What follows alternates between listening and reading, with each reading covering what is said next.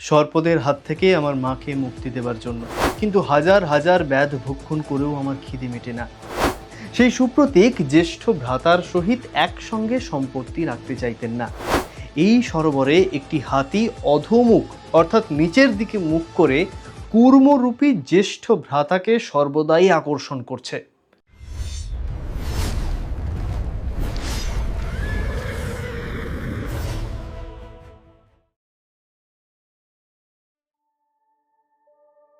আগের দিন আপনারা শুনলেন যে গরুড় সেই ব্রাহ্মণকে বলছেন, আপনি আপনার স্ত্রীকে নিয়ে এক্ষুনি আমার মুখ গহ্বর থেকে বেরিয়ে যান, কারণ আপনি এখনো জঠরা নলে দগ্ধ হন নাই। তারপর সেই ব্রাহ্মণ নিষাদি ভার্যা অর্থাৎ তার স্ত্রীর সহিত গরুড়ের মুখ থেকে বেরিয়ে যান। গরুড়কে আশীর্বাদ করে নিজের বাড়ি চলে গেলেন সেই ব্রাহ্মণ। তারপর গরুড় দুই পক্ষ বিস্তার করে আকাশে উড়ে গেলেন। সেখানে গরুড় তার পিতা কশ্যপকে দেখলেন। কশ্যপ জিজ্ঞাসা করলেন, তোমরা সবাই ভালো আছো তো? তুমি স্বর্গে এবং মর্তে যথেষ্ট খাবার পাও নিশ্চয়ই? গরুড় উত্তর দিলেন, হ্যাঁ পিতা, আমি, আমার মা এবং ভ্রাতা সকলেই ভালো আছি, কিন্তু যথেষ্ট খাবার পাচ্ছি না খিদে মেটানোর জন্য। স্বর্গ থেকে অমৃত আনার জন্য যাচ্ছি, সর্পদের হাত থেকে আমার মাকে মুক্তি দেবার জন্য। মা বলেছিলেন যে খিদে পেলে তুমি ব্যাধগণকে ভক্ষণ করো, কিন্তু হাজার হাজার ব্যাধ ভক্ষণ করেও আমার খিদে মেটে না। আপনি দয়া করে আমাকে এমন কোনো খাবার নির্দেশ করুন যাতে আমি আমার খিদে মিটিয়ে অমৃত আনতে সমর্থ হই।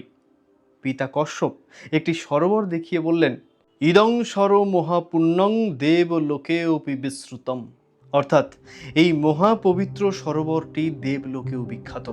যত্র কুর্মাগ্রজং হস্তি সদা কর্ষত্ব বাংমুখ, অর্থাৎ এই সরোবরে একটি হাতি অধোমুখ অর্থাৎ নিচের দিকে মুখ করে কূর্মরূপী জ্যেষ্ঠ ভ্রাতাকে সর্বদাই আকর্ষণ করছে।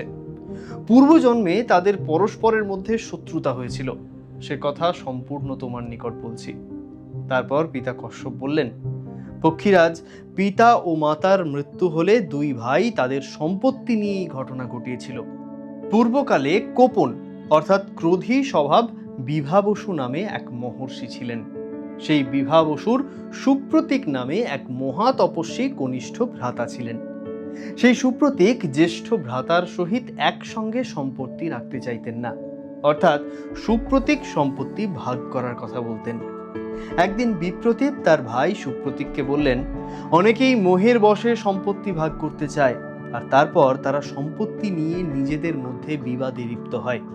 তারপর বললেন, তত স্বার্থপরাণ মূঢ়ান পৃথগ ভূতান সকৈর্ধনৈ বিদিত্বা ভেদয়ন্তে তান মিত্রা মিত্ররূপিণ, অর্থাৎ তারপর বহুরূপী শত্রুগণ অন্তর্কলহ সম্বন্ধে অবহিত হয়ে সেই শত্রুতায় ঘৃতাহুতি দেয়, কেননা তখন তারা স্বার্থপর এবং কর্তব্য জ্ঞান শূন্য থাকে। তাতে তাদের অনিবার্য ধ্বংস হয়। অতএব যারা গুরুর উপদেশ এবং শাস্ত্র বাক্যের অধীন নয় এবং পরস্পর পরস্পরকে শত্রু বলে মনে করে, সেই সকল ভ্রাতাদের পরস্পর বিভক্ত হওয়াকে সজ্জনেরা প্রশংসা করেন না। কিন্তু যখন কোনো কিছুতেই বোঝাতে পারলাম না, তুমি ভাগ করেই ধন বৃদ্ধি করতে চাও, তখন তুমি হস্তি হইবে। সুপ্রতীক এইরূপ অভিশপ্ত হইয়া বিভাবসুকে বললেন, তুমিও জলচারী কচ্ছপ হইবে। সম্পত্তির জন্য তাদের চিত্ত কর্তব্য জ্ঞান শূন্য হয়ে গেছিল।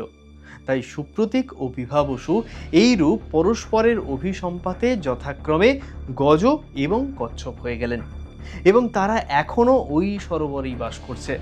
তারপর কশ্যপ বললেন, ওই দেখো, ওই গজের ধ্বনি শুনে জলচারী বিশাল শরীর কচ্ছপও সমস্ত সরোবরটাকে আলোড়িত করে উঠছে, এবং বলবান সেই হস্তি এই কচ্ছপকে দেখে সুঁড় বাঁকিয়ে দাঁত সুঁড় নিয়ে ভীষণ বেগে জলে প্রবেশ করছে। মহাভারতকার জানাচ্ছেন, ষড়ুচ্ছ্রিত যোজনানি গজস্তদ্বিগুণায়ত কুর্মস্ত্রী যোজনোচ্ছেদ 10 যোজন মণ্ডল।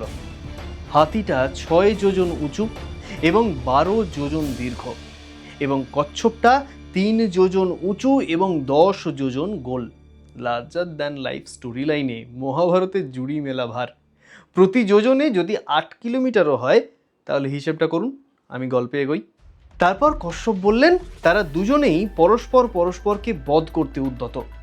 গরুড় এই সময় তুমি এদেরকে ভক্ষণ করে নিজের অভীষ্ট অমৃত আনয়ন করো।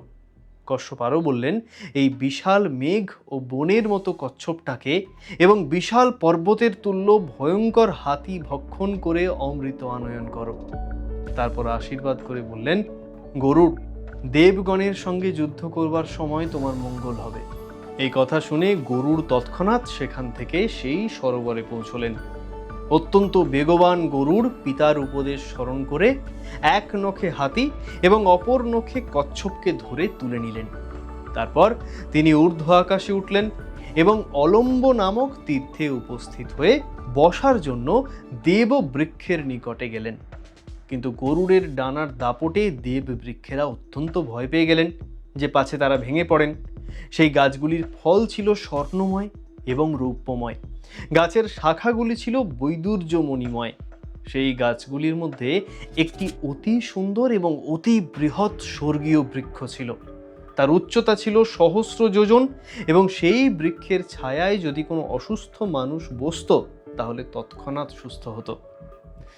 বারবার একটাই কথা আসে, larger than life, larger than life.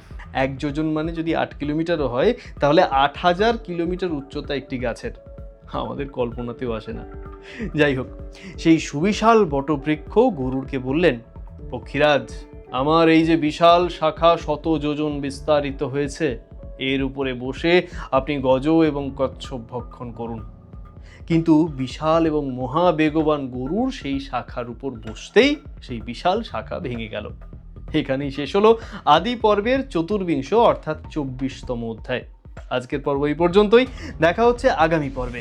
ততদিন ভালো থাকবেন, সুস্থ থাকবেন। শুভরাত্রি। হরে কৃষ্ণ।